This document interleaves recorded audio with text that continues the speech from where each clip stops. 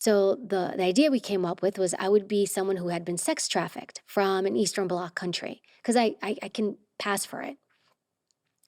So I started talking on the phone. I was introduced him through another undercover and talking to him on the phone, and I had to develop an Eastern Bloc accent.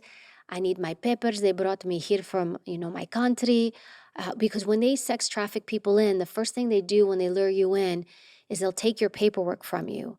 And you can't even get a cell phone here in the US without paperwork. So they take your stuff and then they put you either to do sex traffic, sex work, or work in strip clubs, or both, till you pay off your debt for them bringing you to America. So I pretended to be one of those. So under that premise, I have no paperwork, so I can't get an apartment, I can't get anything. I'm at the mercy of these traffickers, which until I pay my dues, which you never do, by the way, they keep you locked in.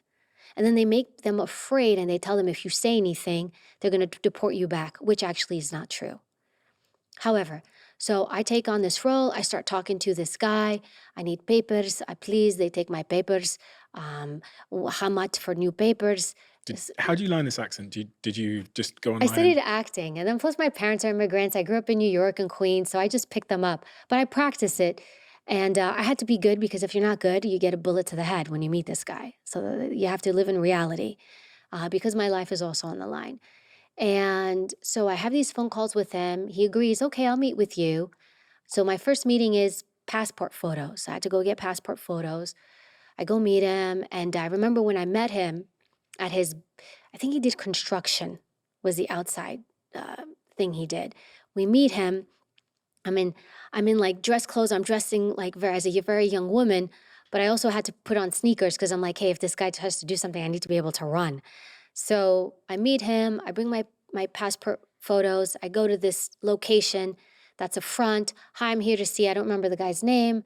They're like, oh no, he's not here. You'll have to wait for him. So they play with me for a little while. Everyone's watching me from the outside, but I have no wire on, and we debated whether I should have a wire or not, or a gun. And I chose to take nothing. So I've got nothing with me, which makes me more vulnerable. But my concern was if they put me through a metal detector or they checked me, that would be worse. Because now I'm in their home and like they'll just off me right off the bat. So I'm sitting there and I'm waiting. He finally comes. Then he tries to lure me into his car.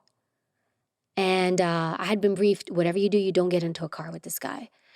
So I don't get in the car, and I'm like, no, no, no, no, I don't get into a car. He's like, no, we need to talk private.